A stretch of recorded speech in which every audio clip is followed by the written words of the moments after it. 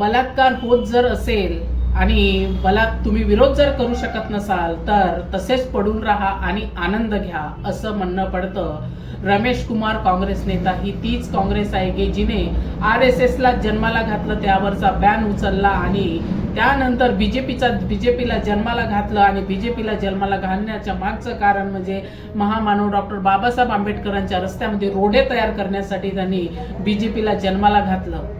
आणि बीजेपी आणि RSS मिळून देशाचं काय झालेलं आहे हाल हे तुमच्या समोर आहे.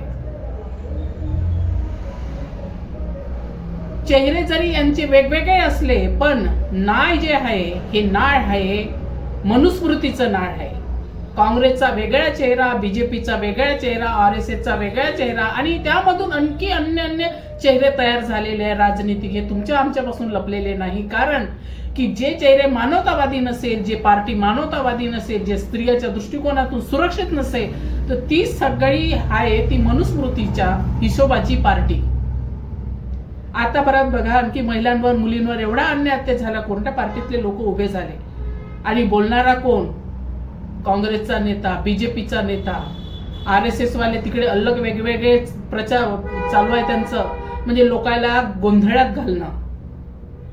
समजण्याची गरज आहे. उद्या लेकीबाई सुरक्षित नाही राहील तर देश सुरक्षित नाही राहील. देश सुरक्षित नाही राहील देशाचा विकास कधी lie down and enjoy it. समजा माझ्या That's exactly the position into which you are.